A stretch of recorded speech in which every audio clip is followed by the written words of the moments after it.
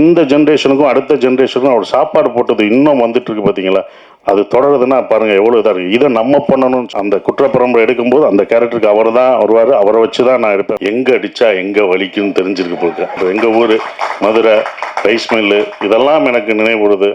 அவரை வச்சு படம் எடுக்கணும்னா நாங்கள் நினச்சோம். அவரை மூத்தவரை வேணால் அரசியலுக்கு வச்சுக்கோங்க, இவர் எங்களுக்கு சினிமாவுக்கு கொடுங்கன்னு கேட்டேன்.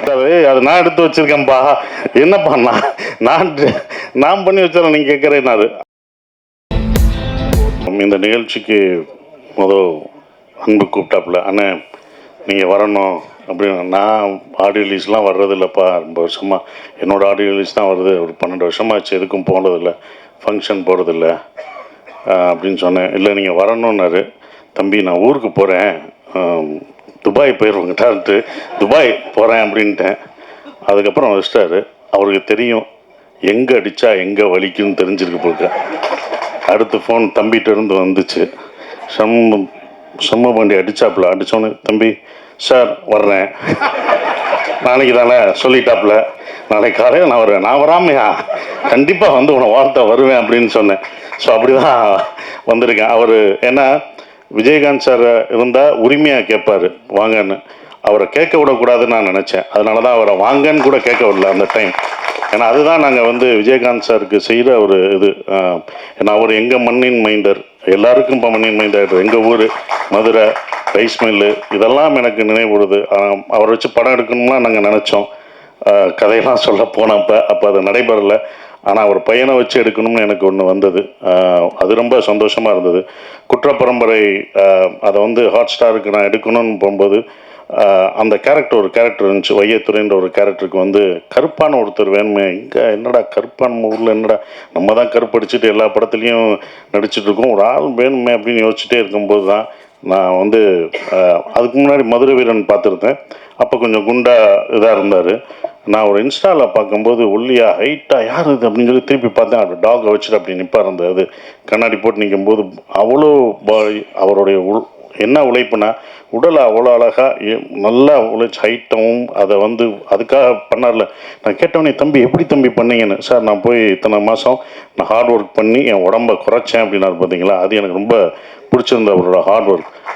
உடனே எனக்கு தோணுச்சு இந்த கேரக்டருக்கு இவரை தவிர வேறு யாருமே பண்ண முடியாதுன்ட்டு நான் வந்து டெஸ்ட் ஷூட் எடுக்கணுன்ட்டு கூப்பிட்டேன். இது ஹாட் ஸ்டார் கூட பண்ணலை, யாருக்குன்னா நம்ம எடுத்து பார்த்துக்குவோம் அவர் எப்படி கரெக்டாக இருப்பாரான்னு சொல்லிட்டு நான் வந்து வாங்க தனியாக நம்ம 2 பேரும் தான், வேறு யாரும் கிடையாது, போட்டு ஒரு ஃபோட்டோ எடுத்து பார்ப்போன்னு நான் வந்து எடுத்து பார்த்தேன். அவங்க சொன்ன மாதிரி அந்த கண்ணை தான் ஃபஸ்ட்டு எடுத்தேன். கண்ணை பார்த்தோடனே விஜயகாந்த் சார் தான் எனக்கு ஞாபகம் வந்தார். கண்டிப்பாக அந்த கண்ணில் அப்படியே இருந்து அந்த கண்ணை தான் நான் போஸ்டராகவே வச்சு அவங்களுக்கு காமிச்சேன், மேடத்திட்டையும் காமிச்சேன்.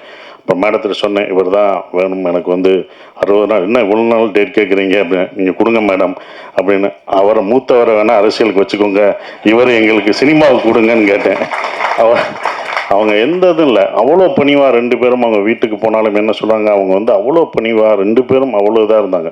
அவங்கள பார்த்து அடுத்த ஜென்ரேஷன் கற்றுக்கணும், அந்த எப்படி ரெஸ்பெக்டாக எப்படி இருக்காங்கன்றது கற்றுக்கணும்.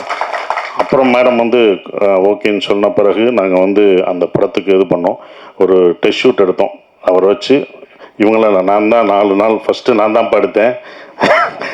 அன்பு நான் தான் எடுத்தேன். 4 நாள் வச்சு நாங்கள் எடுத்தோம். அவர் கஷ்டப்படுத்தணும், அது வேறு விஷயம்.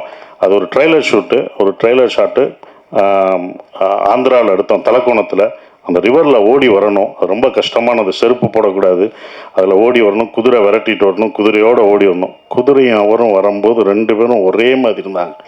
ஷாட் வைக்கும்போது அந்த குதிரை வேகத்துக்கு வந்தது எனக்கு இன்னும் அது வரலையேன்னு வருத்தப்படுறேன். இந்த ட்ரெய்லரை கொண்டு வர முடியலேன்னு வருத்தமாக இருந்தது. அதுக்கப்புறம் தான் அந்த முடி ஹேர் ஸ்டைல் வெட்டி அவர் வெளியிலலாம் போனோடனே, ஃபங்க்ஷன்லாம் போனோடனே அன்பு பார்த்துட்டாப்புல, இது நல்லா இருக்காரே, இவரை நம்ம இது பண்ணணுமே சார். அடுத்து நான் விதை போட்டு வச்சுருக்கேன்டா, ஏன்டா என்கிட்ட கேட்குற, நான் அவரை விட மாட்டேன் அப்படின்னு. நான் தரவே மாட்டேன், நான் எவ்வளோ இது வச்சுருக்கேன் அந்த படத்துக்கு, அந்த கேரக்டருக்கு நான் முடி வளர்த்து வச்சுருக்கேன். இல்லை சார் முடியை நான் குறைச்சிக்கிறோம் சார். முடியாதுன்னு சொன்னேன். சரி, நான் அங்கிட்டு பார்த்தா இவர் வர்றாரு, சார் முடி நல்லா இருக்குது சார், அது நான் எடுத்து வச்சுருக்கேன்ப்பா, என்னப்பா நான் பண்ணி வச்சாலும் நீங்கள் கேட்குறேன்னாரு. ஆனால் அது பண்ண முடியல. ஆனால் சந்தோஷமாக இருந்தது. சரி அன்பு, நீ 10 நாள் எடுத்துக்கோ அப்படின்னு சொல்லி நாங்கள் டேட்டு இது பண்ணிக்கிட்டு இருந்தோம். ஒரு விஷயந்தான் சொல்லணும், அவர் படம் ரிலீஸ் ஆகலை, ஆனால் இத்தனை பேர் இருக்கோம் பார்த்தீங்களா, இதுதான் உங்களோட வெற்றி. படம் வர்றதுக்கு முன்னாடி ஒரு வெற்றி வந்து எந்த நடிகருக்கு கொண்டா, ஒரு படம் வந்து அடுத்த படம் தான் வரும். இந்த இத்தனை பேர் உங்களை அடுத்து வச்சு படம் பண்ணுறாங்களே, இதுதான் உங்களோட வெற்றியாக பார்க்குறேன். ரொம்ப டெடிக்கேட்டிவ் ஆனது. ஆனால் நாங்களாம் பார்த்துருக்கோம், சும்மா யாரும் சொல்லலை. உண்மையிலே அந்த டெடிக்கேஷன் அவருக்கு அவ்வளோ இருந்தது. ஏன்னா விஜயகாந்த் சாரை பார்த்தா எங்களுக்கெல்லாம் இன்ஸ்பிரேஷன். நாங்களாம் அவரோட ஒர்க் பண்ணல, அவரோட பயணிக்கிற எங்களுக்கெல்லாம் இல்லை.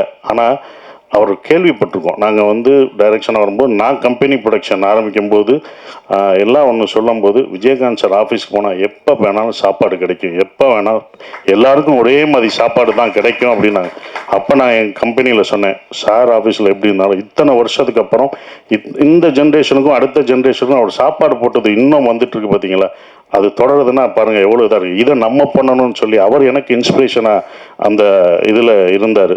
அதுக்கு வந்து ரொம்ப இது சுதீஷ் சார் சொன்னார், விஜயகாந்த் சார் மாதிரி தம்பியை பத்திரிக்கையாளரும் மக்களும் அடுத்து அவரை ஏற்றி விட்டுருங்க அப்படின்னு சொல்லிட்டு இருந்தார். சார், தமிழ்நாடு மக்கள் ரொம்ப சென்டிமெண்ட்டான ஆளு சார், சென்டிமெண்ட் பீப்புள் சார். நாங்கள் எப்படி விஜயகாந்த் சாரை வந்து அப்படி தூக்கி வச்சு தமிழ்நாட்டுக்கு கொண்டாடிச்சோ, அதே மாதிரி அடுத்து சண்முக பாண்டியனை கண்டிப்பாக தமிழ்நாடு மக்கள் கைவிட மாட்டாங்க சார், தூக்கி கொண்டாடுவாங்க சார், அது உறுதி சார். பெரிய இடத்துக்கு போகிறார். ஏன்னா இந்த மாதிரி ஒரு ஹைட்டில் இந்த மாதிரி ஒரு கருப்பான ஒரு ஹீரோ கிடையாது சார். நாங்கள் கருப்பாக இல்லை சார், அந்த மாதிரி கிடையாது. அவர் வந்தது எங்களுக்கு வந்து ரொம்ப சந்தோஷம் சார். அதுதான் எடுத்துகிட்ருக்கோம். ரொம்ப சந்தோஷமாக இருக்குது. என்னால் வந்து அவரை வச்சு படம் லேட்டாகுது, தாமதம். கண்டிப்பாக அந்த குற்றப்பரம்பரை எடுக்கும்போது அந்த கேரக்டருக்கு அவர் தான் வருவார். அவரை வச்சு தான் நான் எடுப்பேன், வேறு யாருமே அது கிடையாது. நாங்கள் வச்ச விதை வளர்ந்துருக்கு. இத்தனை பேர் நாங்கள் அவரால் பயன்படுத்தி அதை அறுவடை பண்ணுறோம்.